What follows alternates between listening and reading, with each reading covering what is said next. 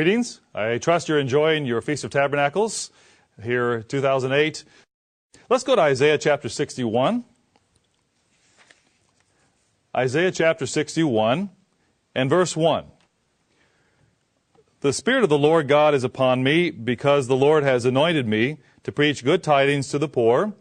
He has sent me to heal the brokenhearted, to proclaim liberty to the captives, and the opening of the prison to those who are bound, to proclaim the acceptable year of the Lord and the day of vengeance of our God, to comfort all who mourn, to console those who mourn in Zion, to give them beauty for ashes, the oil of joy for mourning, the garment of praise for the spirit of heaviness, that they may be called trees of righteousness, the planting of the Lord, that he may be glorified. So we have a hint pointing toward the future. And in verse 4 we read about some of what the future holds as the millennium begins. Verse 4, and they shall rebuild the old ruins, they shall raise up the former desolations, and they shall repair the ruined cities, the desolations of many generations.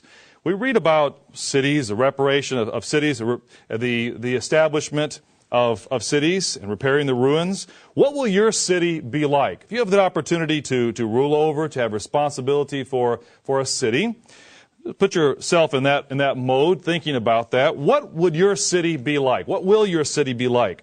Will there be parks? What would industry be like? What about the size of the city? What would be the optimum size in your mind? How about the transportation? What modes of transportation would you use? What would the plans be for your city? I'd like to have creeks and rivers running through a city if I have the opportunity to rule over and guide and establish a city and be able to rebuild a city. But what about you in terms of the infrastructure? The infrastructure of a city is very important. There's a computer game that's called a Sim City, a simulated city, where you actually select different types of buildings and different parts of the infrastructure where you have control over it. And it can be a lot of fun trying to design a city. Now, that's all good, but as we think about cities and rebuilding cities and establishing cities and what the components of cities would be, aren't we forgetting something? Because certainly that's important. Creating an infrastructure for our environment that we're going to have in a city is very important. But there is another part of the infrastructure that will be even more critical for our new world. How will you build? What would the building blocks be for the society, the culture that you and I help to rebuild? What are the building blocks that we'll use in that way, in rebuilding not just the physical cities, but in rebuilding a culture, rebuilding society? What are the building blocks that you'll use to do that? What are the institutions that will be woven into the fabric of the culture and society if you have an opportunity to help in that way? How will you establish, for example, a system of education or a system of justice? How will you establish an economic framework for the city that you have responsibility over? Will we use the models that have been created by man over the last thousands of years? Will you use the models of the cities and the society that we see around us today? Is that what will provide the models for our future cities? Well, not unless we want to repeat the same mistakes. What's the most important, most influential, most fundamental institution or component of society, of any civilization? What is the nucleus of society from which everything else emerges? If you're going to build a society, if you're going to build a civilization, where will you begin? Well, let's look where God began. Let's look where God began. Take your Bibles and turn back to Genesis chapter 2. Genesis chapter 2. In Genesis chapter 2, we see a time, we can look back in time and see a time when God was beginning to institute society. He was beginning to build a culture on this earth with the first humans. Where did he begin? Genesis chapter 2, we read here, and breaking into the whole context here, but we read verse 24, therefore a man shall leave his father and mother and be joined to his wife, and they shall become one flesh. We see, when God began to build a society, a human culture, Where did he begin? But with the family. He began to build a family, saying to Adam and Eve that they were to build, establish a family. Let's talk about the family today, a family in relation to the millennium. Because when God begins to build and rebuild civilization, the place that he'll start is not just with the physical infrastructure. There'll be obviously work that will have to be done. But in terms of the culture, in terms of the society, as far as building and rebuilding that, he'll begin with the spiritual organism, which is the family. The title for today's sermon is The Family, Force of the Future, Force of the Millennium. Now let's go to Isaiah chapter 49. Isaiah chapter 49. First of all, you do realize that there will be children in the millennium, I hope. Isaiah chapter 49. We read different scriptures here in Isaiah 49, and you read here in verse 19, for your waste and desolate places and the land of your destructions, talking about what the world will be like as the millennium begins. And it will be a world where destruction is everywhere. We can read about that in the Bible and see what the future holds. It says, your waste and desolate places and the land of your destruction will even now be too small for the inhabitants. So it talks about growth. It says, and those who swallowed you up will be far away. But then it says, verse 20, the children you will have after you have lost the others will say again in your ears, the place is too small for me. Give me a place where I may dwell. So we read about children being born. We read about children being part of the society, part of the culture, part of the world that will be the millennium, will be the world that we will look around, that we will be guiding, we will be helping, we'll be working with. Verse 21, then you will say in your heart, who has begotten these for me, since I have lost my children and am desolate, a captive and wandering to and fro? And who has brought these up? There I was, left alone, but these, where were they? So it gives a sense of the fact that children will be lost in the tribulation and the horrible times between now and the beginning of the millennium. And it gives a sense of the mega death that will occur in the times between now and then, including children, including the suffering and loss of many, many children. But he says, verse 22, there'll be, as we read in verse 19, 20, 21, there will be more children being born as the millennium begins. He says, behold, I will lift my hand in an oath to the nations and set up my standard for the peoples. They shall bring your sons in their arms, and your daughters shall be carried on their shoulders. Kings shall be your foster fathers, and their queens your nursing mothers. So we read that children will be there, and children will be a big part of the millennium. And it talks more about that. Let's go a few chapters further in Isaiah, to Isaiah chapter 60. And again, we read, in fact, it's an interesting study to look through here, and all the times you read sons or daughters, highlight it, and you see, as you do, you see it pops up again and again and again.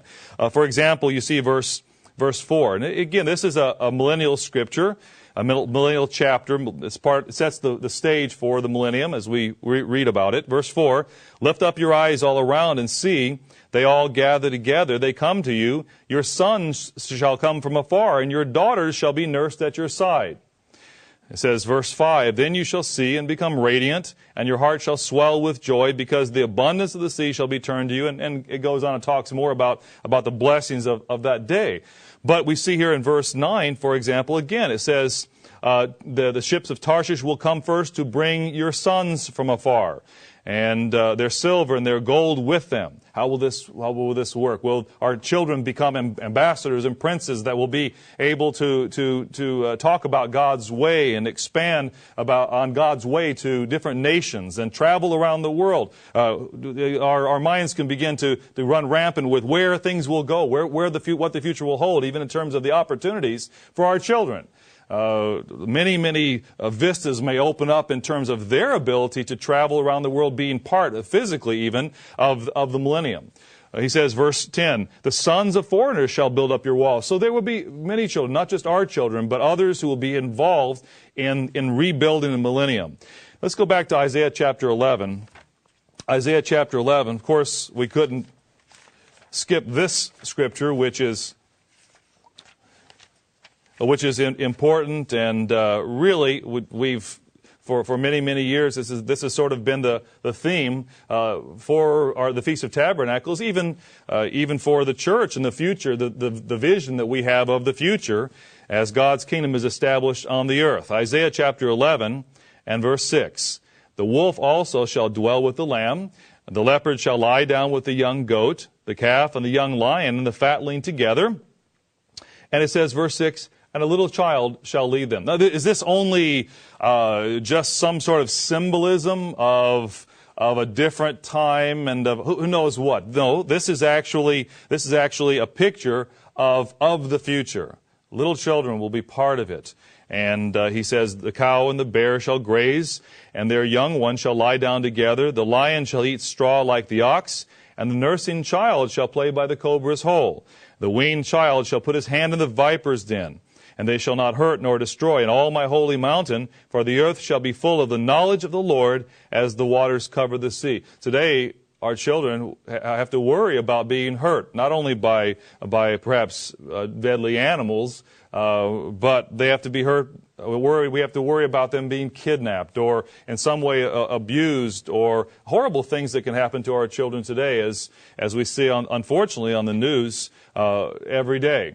But in this time, society, the world that they live in, will be a world where there's safety and there's peace and there's security, even from the animals. Now, is it any wonder that as God worked with the human families, we go back in the Bible, we're going to switch gears, painted a little bit of a picture of the millennium, the future, and the fact that there will be children there.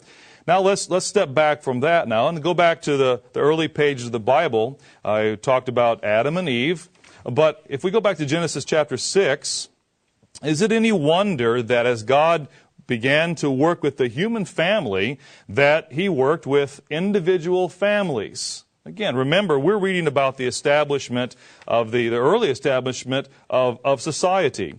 We see here in Genesis chapter 6, for example, Genesis chapter 6, and you read here in verse 17, and behold, I myself, this is talking about the time of Noah, and God called Noah. He worked with Noah, but he did not work with him only. And it also impacted his family, because God understood the importance of establishing not just an individual man, but a family to do the work that he had in mind after the time of the flood. He says, verse 17, and behold, I myself am bringing flood waters on the earth to destroy from under heaven all flesh in which is the breath of life. Everything that is on the earth shall die. But he says, I will establish my covenant with you, and you shall go into the ark, you, your sons, your wife, and your sons' wives with you. And then it talks on about animals and so on. So we see here with Noah, as God planned for the society and the establishment of a new world after the flood, after the world was, you might say, turned upside down. There was a recalibration of human society. As God was going to begin a new society, he began with a family. Here in Genesis chapter 18, as God began to work with Abraham, Genesis chapter 18, we flip forward a few pages here. Genesis chapter 18, of course, you read here about the promise that God made to Abraham and Sarah. You can read here verse 11 of Genesis chapter 18, how Abraham and Sarah were old, well advanced in age, and Sarah had passed the age of childbearing. And therefore Sarah laughed within herself, saying, after I have grown old, shall I have pleasure, my Lord, being old also? In other words, we understand this whole episode here is regarding their inability to have a child, and God said, no, I'm going to give you a child, because he intended for Abraham to be the father of the faithful.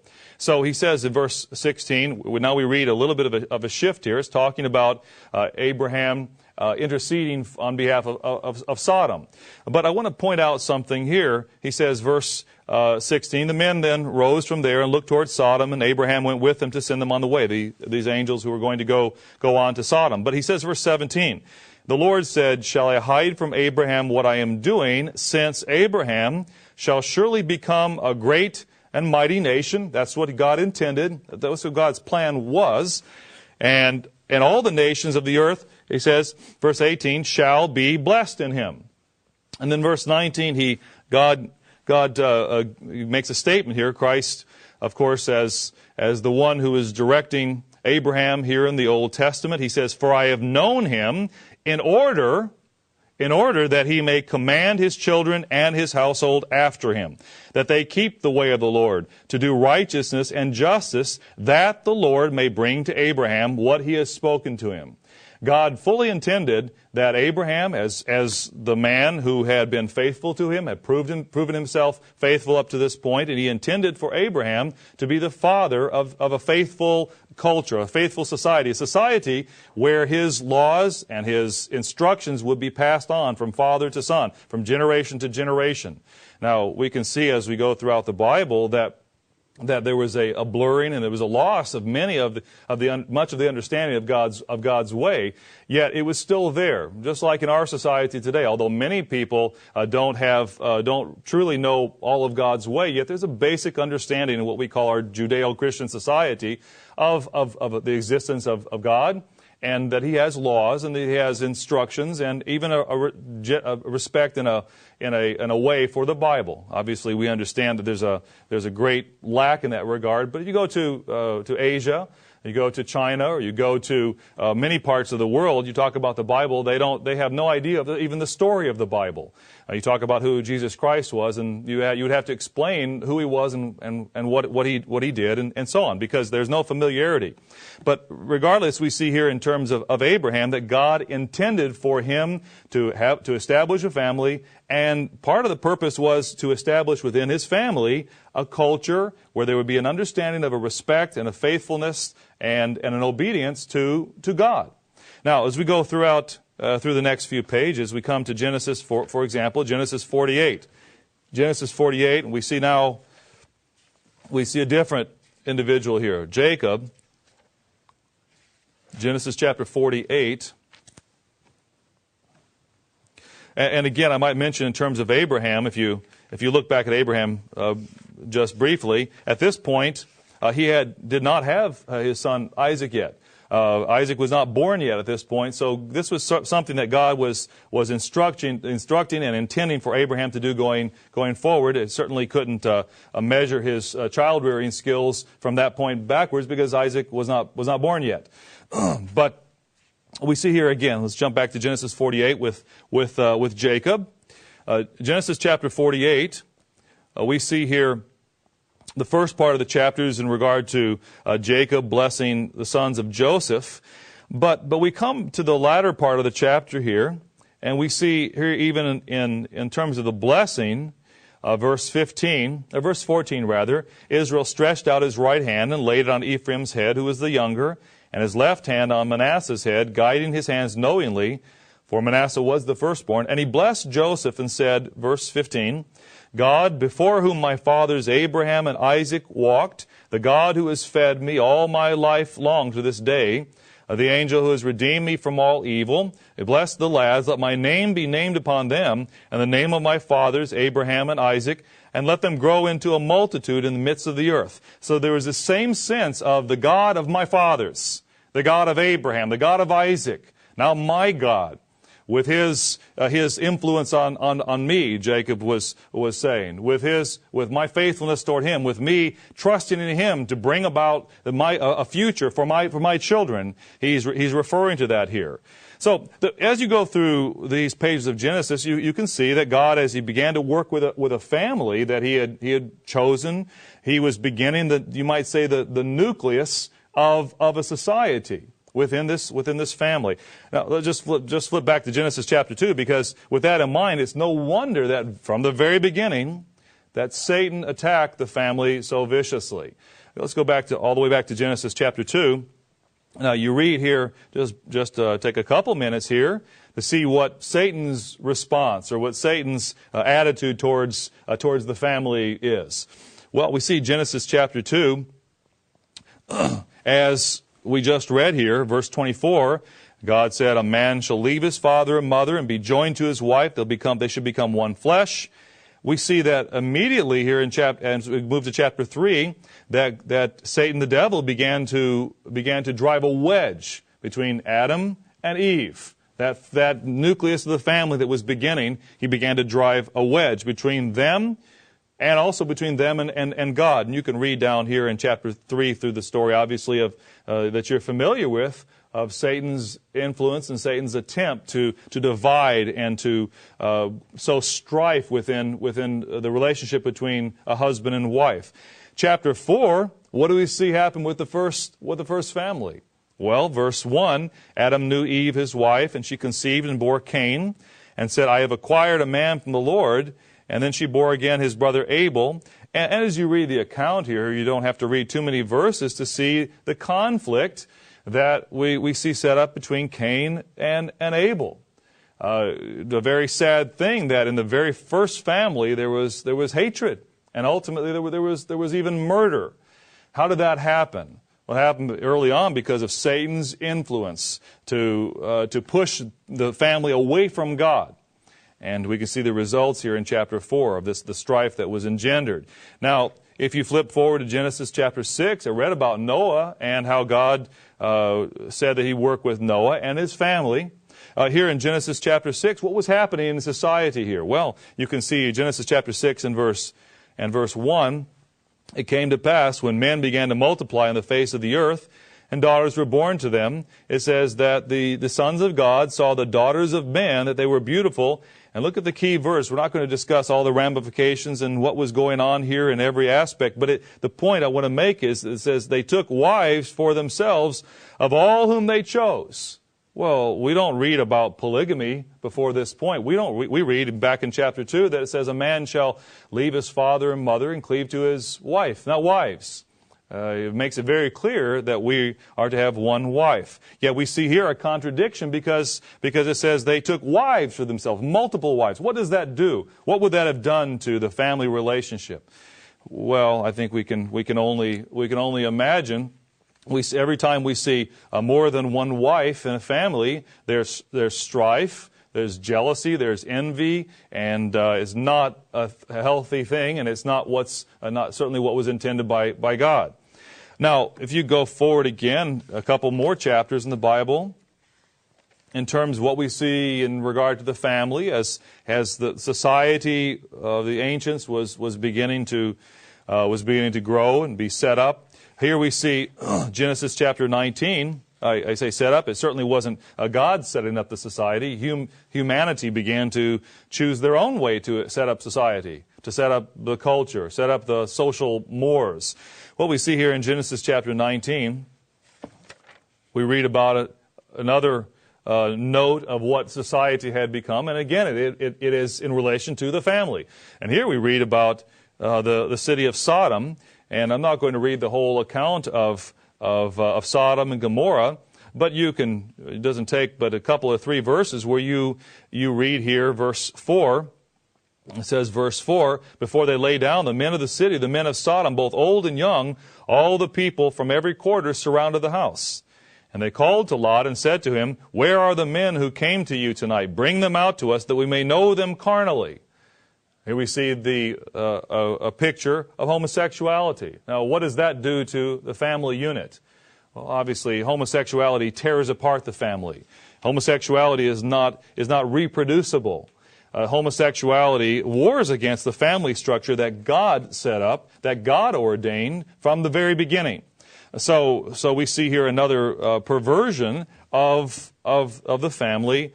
And we have reaped the consequences throughout history of different perversions like this. Now, let's go forward. We talked about the family in terms of the nation that God was building from a family, from a very small point.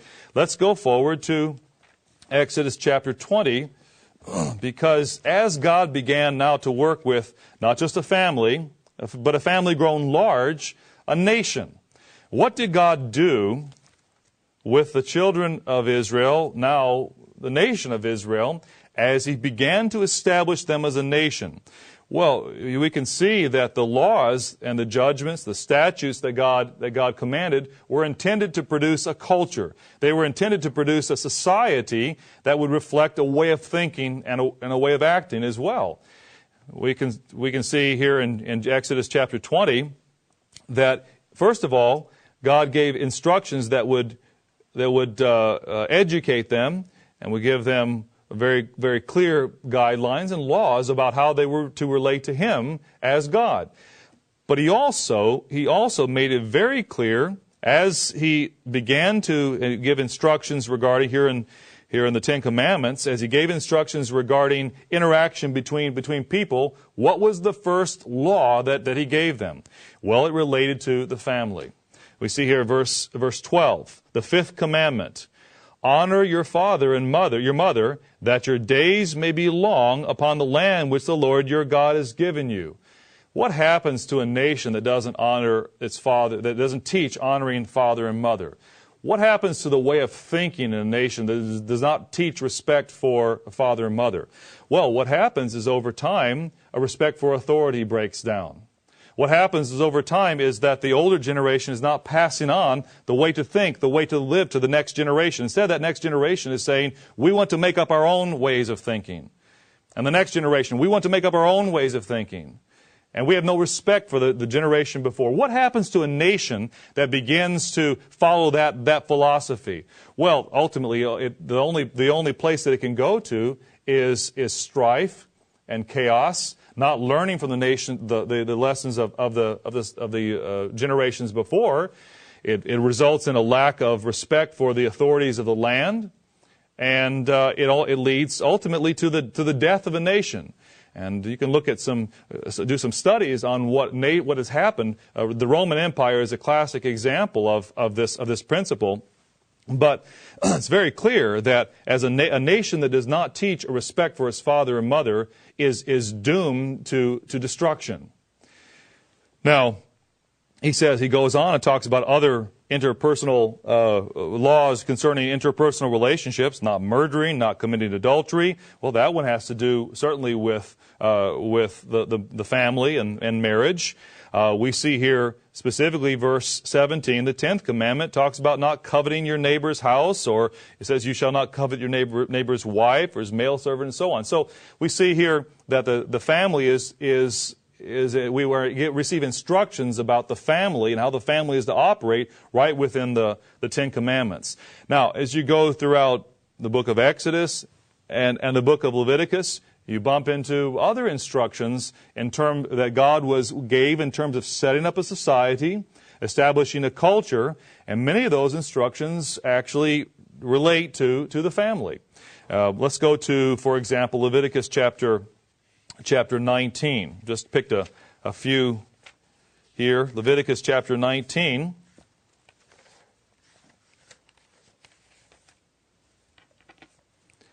Leviticus 19, verse 32, for example.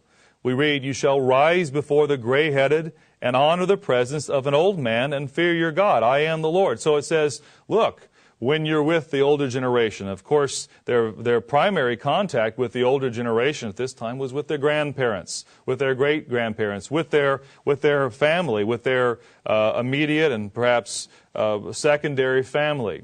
And it gives a principle of the respect, following up on what we read in terms of the commandments, respect for the older generation. We read other instructions. Leviticus chapter 18, if you look at Leviticus 18, you have virtually a whole chapter that deals with sexual morality. And it talks about the importance of respecting father, mother, of not having sexual relations among the family, and all kinds of instructions regarding the family and what's right and what's wrong within the family. It talks about what happens, how it's wrong to curse your father and mother. Again, reflecting a lack of respect for the parents. We flip forward to Leviticus chapter 20. The next chapter, going forward. And you read verse 10, it says, the man who commits adultery with another man's wife, he who commits adultery with his neighbor's wife, the adulterer and the adulteress shall surely be put to death. We read in verse 13, it talks about homosexuality and condemns homosexuality. Verse 14, again, talks about adultery and condemning adultery. And verse 17, again, talks about fornication and adultery. Why does it talk about these things? Because these are things that destroy the family. And if the family is destroyed, the smallest unit of a civilization, if the family is destroyed, then ultimately the whole society comes down. Let's turn to Deuteronomy chapter 22.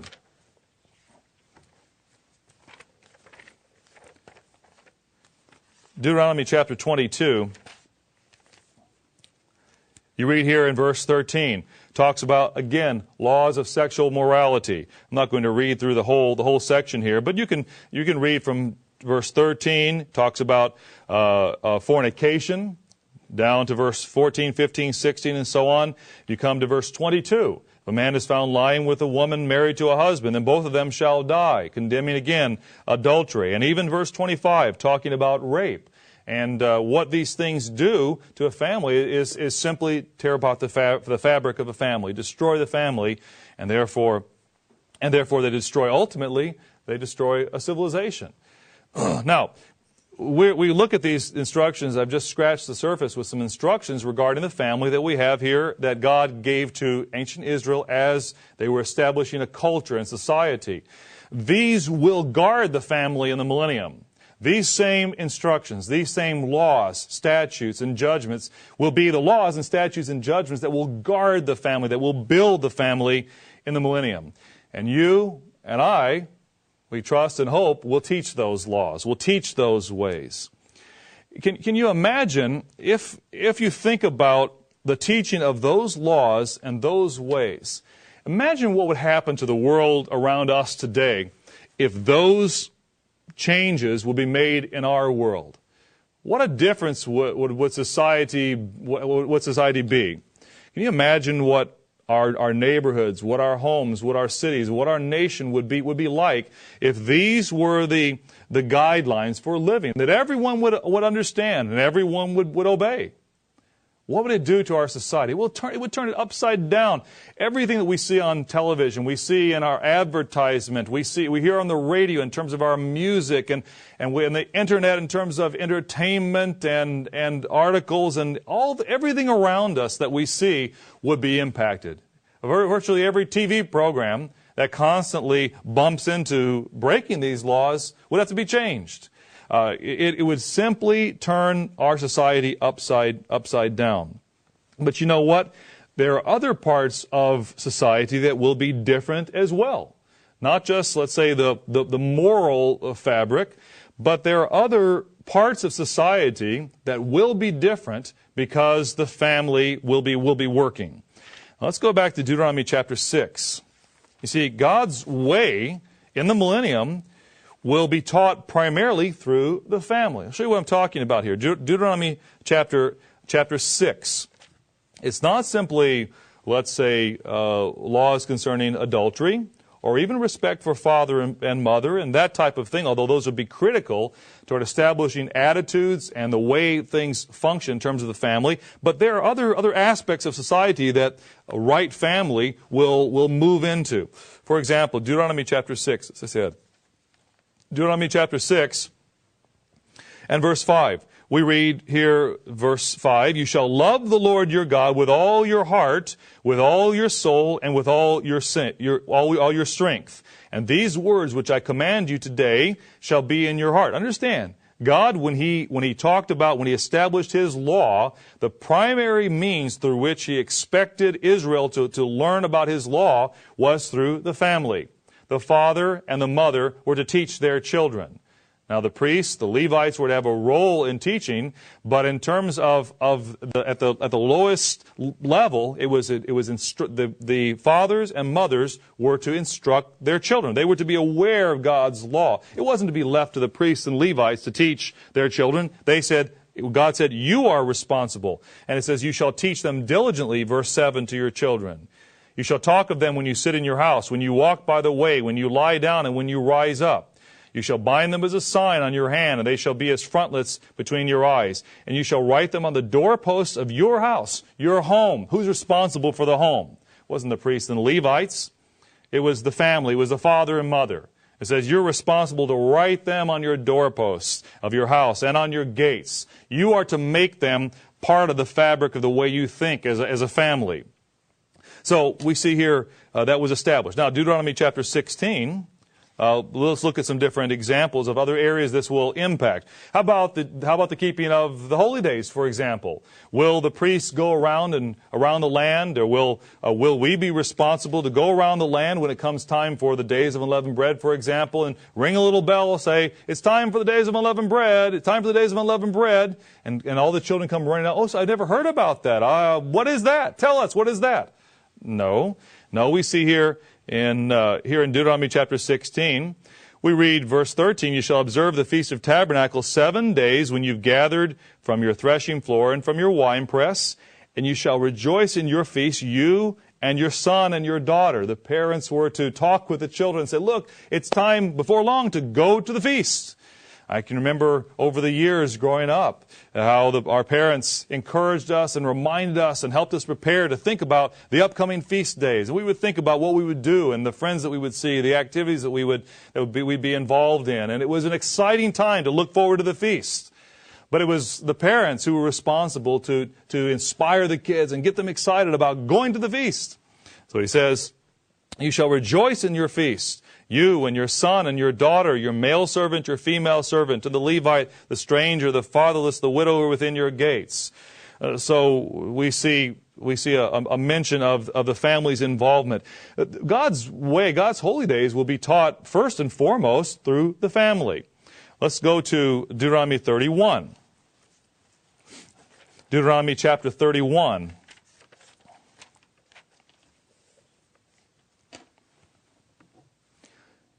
Deuteronomy chapter 31, we read here that the law was to be read every 7 years.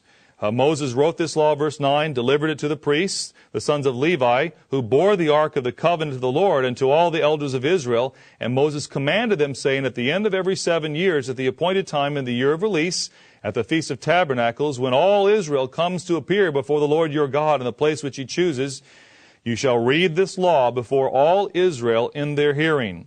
Gather the people together, men and women and little ones, and the stranger who is within your gates, that they may hear and that they may learn to fear the Lord your God and carefully observe all the words of this law, and that their children who have not known it may hear and learn to fear the Lord your God as long as you live in the land which you cross the Jordan to possess. So again, the children were to learn God's way. The children were to hear about God's way. The children were to learn God's way through the parents and as well through the infrastructure, through the Levites, the priests, the king. Again and again we hear about God's way being taught. The first bastion of that learning was the family, but it was to echo throughout the land. It was to echo again and again and again for the sake of the next generation. Now let's go to Deuteronomy chapter 21. Deuteronomy 21. Here's an aspect of society that will work through the family. Justice. Deuteronomy chapter 21. Now, we don't know every little ramification. We'll have to work with society, work with cities and nations. The point I'm making here is that we find that the first bastion of justice has to do with the family. Parents won't say, look, I have nothing to do with this. My kid, he's running around, let the police take care of it. No. Deuteronomy 21, we read about an obligation that the parents will have to instruct and even discipline their children. Here's the principle. It says, verse 18 of Deuteronomy chapter 21, if a man has a stubborn and rebellious son who will not obey the voice of his father or the voice of his mother, and who, when they have chastened him, will not heed them, then his father and his mother shall take hold of him and bring him out to the elders of the city, to the gate of the city, and they shall say to the elders of his city, this son of ours is stubborn and rebellious, and he will not obey our voice. He is a glutton and a drunkard. In other words, they were responsible to do everything they could to discipline, to work with, to teach, take responsibility for their children. Now, this is part of the justice system, you might say. And they were responsible.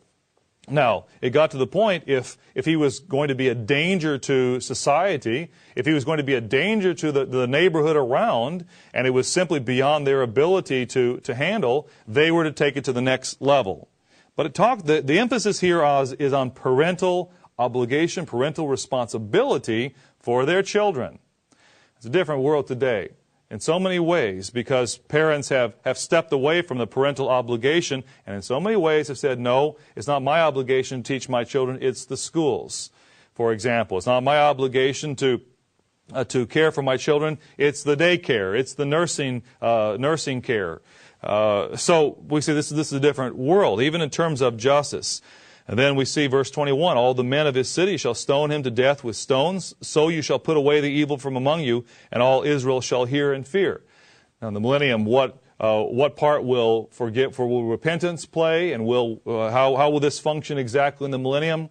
We'll have to get counsel from Jesus Christ as to how to implement these things. And obviously we're dealing with a very carnal society here as we read about ancient Israel, without access to God's Spirit as we will have in the future. The point is, however, justice will begin and will be the responsibility first and foremost of the family. Let's go to Leviticus 20. Let's go to Deuteronomy 31. Let's just flip forward a couple chapters to Deuteronomy 31, and then we'll go to Leviticus. Touch on just a couple of chapters here that talk about economics in tomorrow's world. And what do we read? Deuteronomy chapter 31.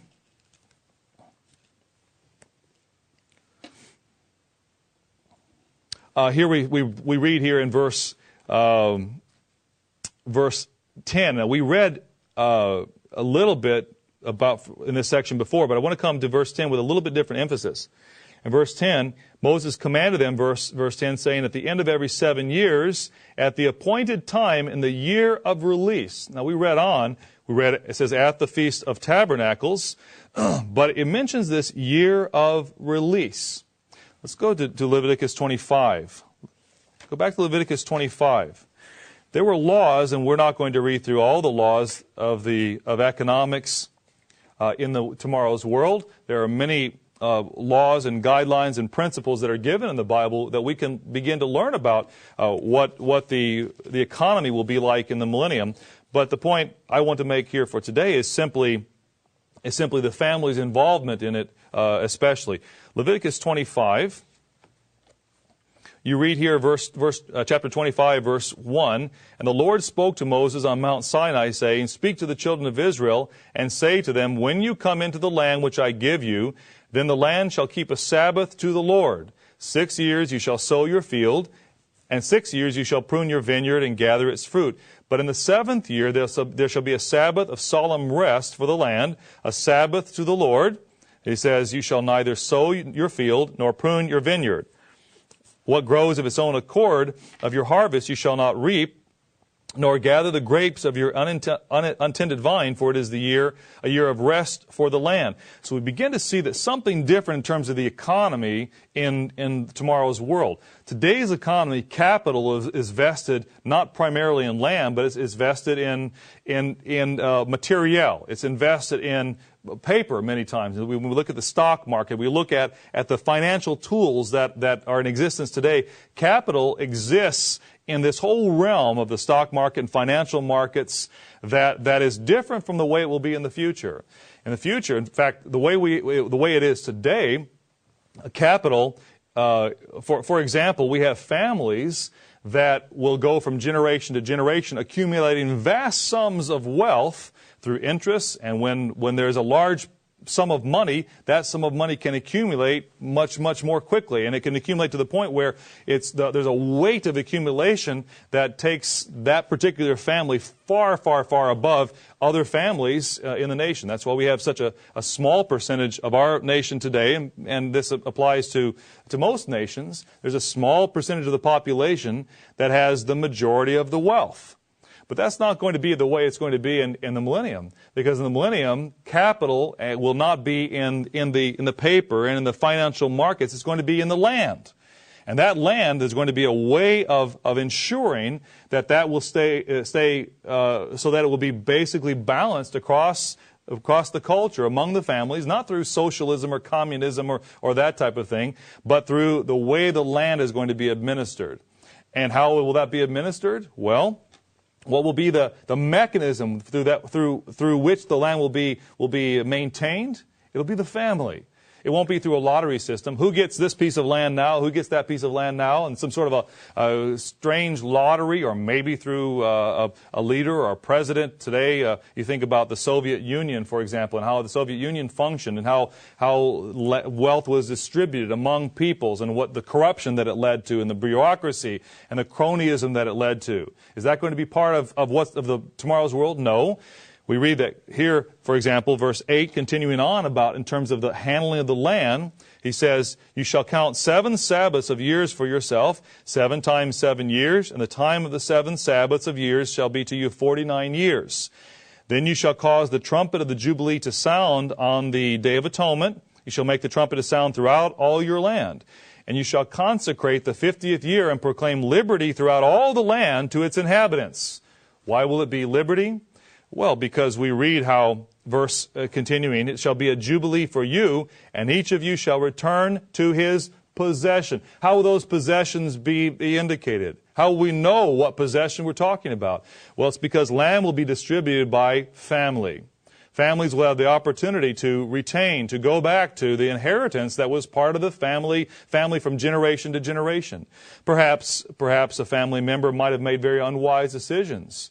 And as a result of that, sold parts of the land, not been able to use parts of the land. Maybe there was had a difficult time with a particular year in terms of the crop or what have you.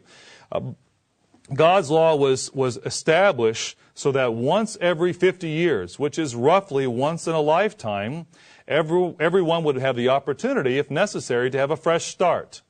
If you look at our economics, the history of economics, roughly, and there have been books written about this, but roughly every 50 years there is an upheaval typically in terms of economy. Sometimes that is adjusted by other factors, but if there's a book that talks about cycles. It's called Cycles of War.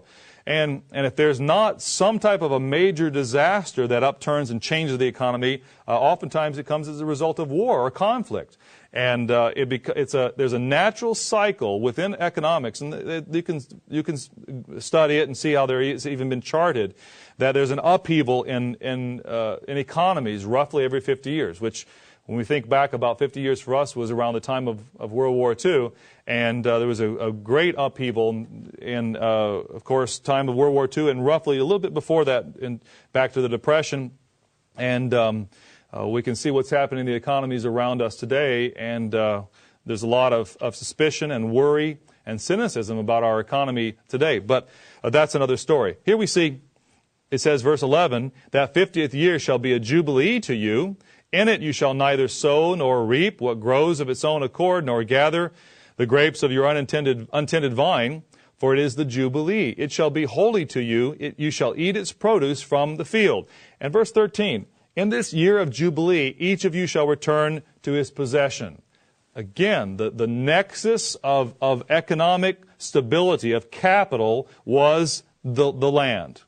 It was the land. Now, some might say, well, it's because it was simply only an agricultural environment at that time, and it'll be different in the future. Well, time will tell, and I believe that this, even in terms of agriculture, will have a greater part to play in local agriculture in the future than it does today. We see all kinds of problems when agriculture gets where we end up having produce from the other end of the country, and the resources that it takes to move it from one end of the country to the other, and all kinds of problems that result. Regardless, these are the principles that God laid out as He established a society. He says, "In this year of Jubilee," verse 13, again, "each of you shall return to his possession. And if you sell anything to your neighbor or buy from your neighbor's hand, you shall not oppress one another. According to the number of years after the Jubilee, you shall buy from your neighbor, and according to the number of years of crops he shall sell to you. According to the multitude of years you shall increase its price, and according to the fewer number of years you shall diminish its price. for he sells to you according to the number of the years of the crops. In other words, this is going to be a permanent fixture in the economic system, according to what we read here. If we follow the same pattern, and it's a template for the future, maybe not exactly in every way, but it is a template for a stable society. He says that this is going to be a permanent way of thinking in terms of the economy, that particularly land, capital of land, will be bought and sold according to how many years to the Jubilee. So that will be reckoned with. He says, therefore, verse 17, therefore you shall not oppress one another, but you shall fear your God, for I am the Lord your God. Many people recognize today that our society and our economic system is not fair, and it's not equitable, it's not just. But nobody knows how to fix it. And every attempt that we have made to fix the economic system in our societies, as mankind has built societies, has ended in failure. We build a system to assist those who are poor and those who are needy, and we turn into a welfare system whereby some of those who are poor and needy end up dependent upon it to the point where they expect it, and all kinds of evil results from that. We've turned our nation, and then we end up with an economy that is based on a handout from the government, which is also very destructive. Every attempt of mankind to create a just and equitable society has ended in failure. And our current example is no different.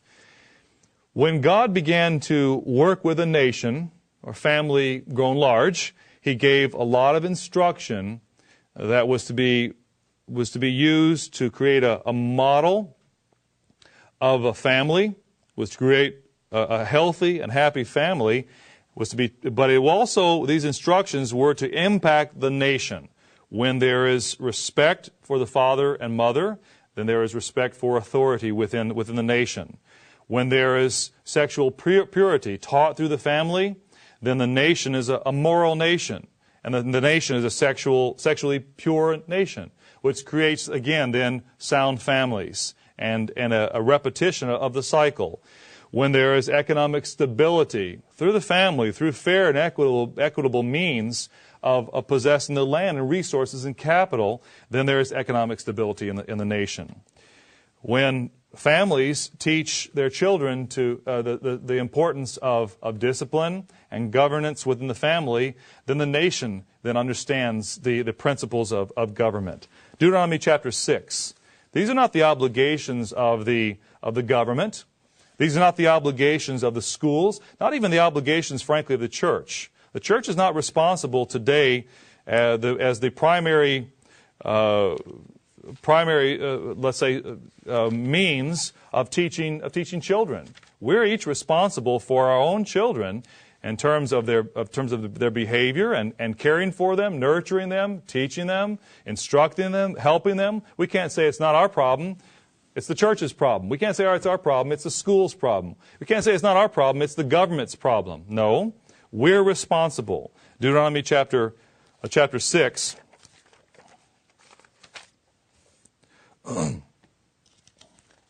Deuteronomy chapter 6, and we read here in verse 5 again. He says, we're rereading what we read here a little while ago. Verse 5, you shall love the Lord your God with all your heart, with all your soul, and with all your strength. And these words which I command you today shall be in your heart, and you shall teach them diligently. You and I, today. And we're going to teach the families of tomorrow, the families of the millennium, to take these things to heart. And we're going to recreate, we're going to rebuild, we're going to establish a culture and a society that is completely different from our society around us today by saying these same words to the parents of the future. We're going to say, you shall love the Lord your God with all your heart, with all your soul, with all your strength. And these words which I command you today shall be in your heart. Verse 7, you shall teach them diligently to your children, and shall talk of them when you sit in your house, when you walk by the way, when you lie down, and when you rise up. And you shall bind them as a sign on your hand, and they shall be as frontlets between your eyes. And you shall write them on the doorposts of your house and on your gates. Now, as we as we look at what I've rehearsed here in terms of God's instructions for the future, based upon the template of the past, we need to ask ourselves then, do we understand? Do we implement these guidelines ourselves? Because it's going to be very hard to teach them if we don't understand them ourselves. We may say, well, God's going to give me all that knowledge and I'll just take it from there. Okay, maybe He will. But that doesn't give us the opportunity, doesn't abrogate our responsibility to do everything we can to follow the instructions today and be the type of people today that we're going to teach about tomorrow. No, we have to do everything we can to fulfill this pattern. What is the state of the family today? What's the state of the family for you and for me? Do we teach respect for parents? Do we teach respect for authority? Do we teach with our children, do we teach and do everything possible to guard against sexual promiscuity, to guard against the influence of immorality, sexual immorality that's so prevalent today in our world? What are we doing? Do we teach the proper roles, the God-given roles for husbands and wives? Do we teach that men are to be the leaders of their home and take responsibility to lead and cherish and guide and be the strength and the pillar of their home? Do we teach that mothers are to care for their children, are responsible for their children? Can't leave that duty to the daycare or to the schools, but have the responsibility to be the bastion, the bulwark of values in terms of teaching their children, passing those on, and give them the strength that they need to be able to navigate the years of childhood and teenage years as well. Let's look at just a couple scriptures that give us some guidelines here as we just apply it to ourselves. It's easy to think about the future and let it go at that. But what about today?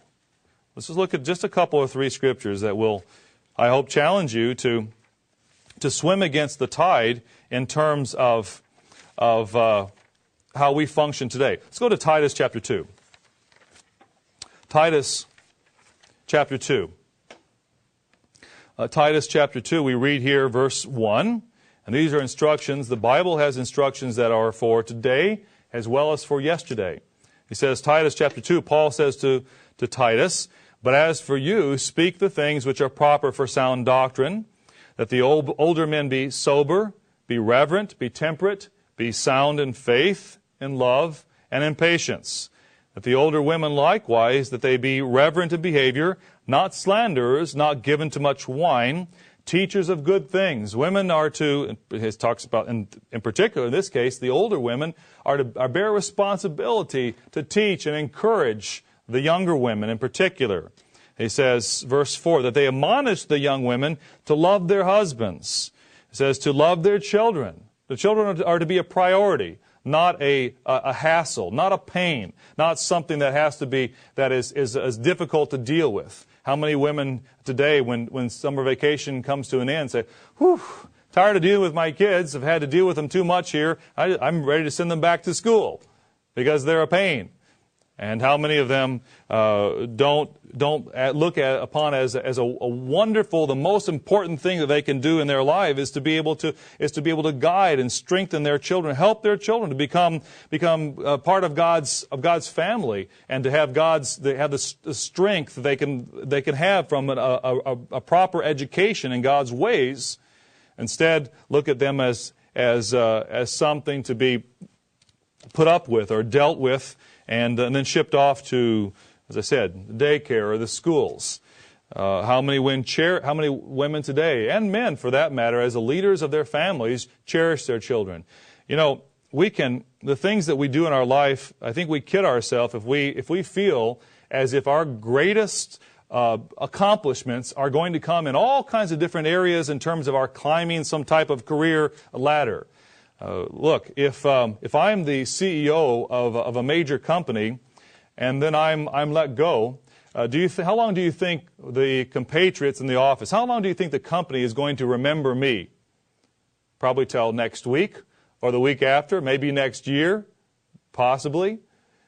We have a false understanding of the way things work if we think that the things that we can do in terms of climbing corporate ladders and careers are the greatest thing that we can do in our life. It's not so. It's not so. The greatest opportunities we have are in dealing with our children, or perhaps if we're not married, in coaching and encouraging and being a help and a strength to other parents who have children who we can work with and assist and encourage. We have a great opportunity in terms of being able to mold the next generation, and that's not something that's held very high in today's society. But he says, verse 4, that they admonish the young women to love their children, to love their husbands and their children, to be discreet, chaste, homemakers, builders of the home. It's not honored today. That role is not honored today. But that's what we're going to teach in the millennium. That's the role that we're going to teach in the millennium as an honored, a cherished, a highly respected role that women have the opportunity to take a lead in with leadership skills that they're required to exercise in this role. It says, verse 5 again, obedient to their husbands, that the word of God may not be blasphemed. Likewise, exhort the young men to be sober-minded. You know, men have the responsibility, as we read through the Bible, in terms of the husband's responsibility in the family. It can be a very sobering thing. It's a whole lot more fun, perhaps, to not have family obligations. Men would just as soon go out and go fishing or playing basketball or whatever it might be, doing other things with their buddies.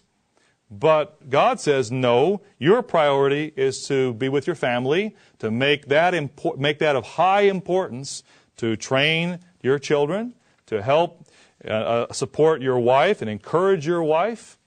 And that's why so many wives actually do not feel honored in the role of a home builder, homemaker and home builder, is because their husbands don't honor them in that role.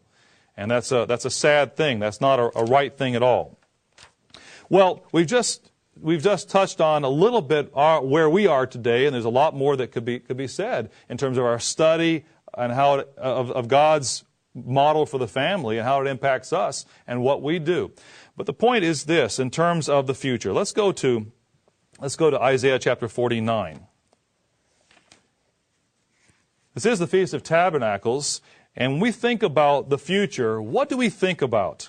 Do we think about cities that we'll build? Do we think about buildings and rivers and parks and transportation? Do we think about all those things? It's wonderful to think about. I love thinking about those things. I dream of what I will do in order to rebuild a city that is in the model I have in my mind of what the ultimate city would be like. I can't wait for that day.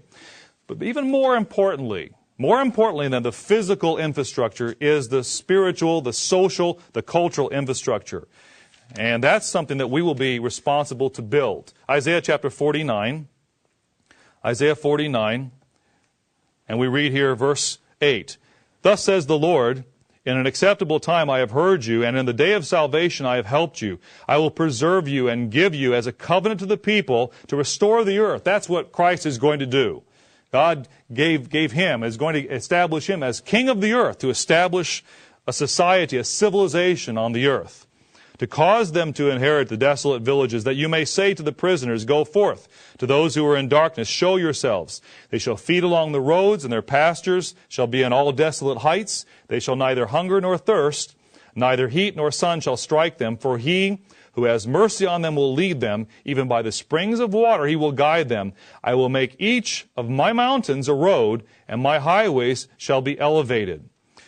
God talks about government, mountains as a representation of government.